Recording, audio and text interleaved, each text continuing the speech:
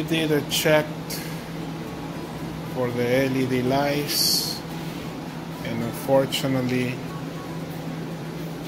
only 2 are working and the other 2 are not. So tomorrow I will have to detach the 2 that are not working, and I will have to check that you can see this size not on. However, this size is on. So what I'm gonna do is I'm gonna go inside tomorrow during the morning time just to find out. Good morning.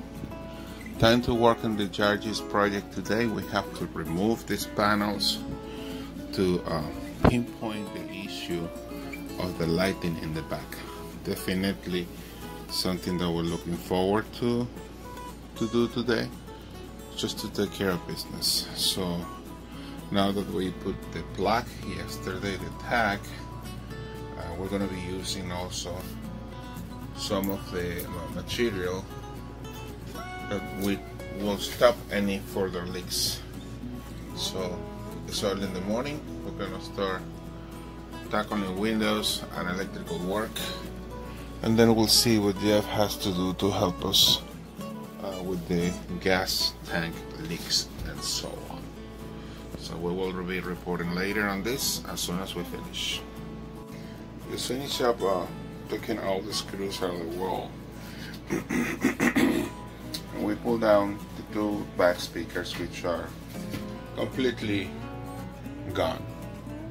So what now we're gonna do is we're gonna remove this very carefully, because we know it's a unique piece that is not made anymore, and we're gonna storage it the best we can so we can proceed to have openings to the lighting system in the back.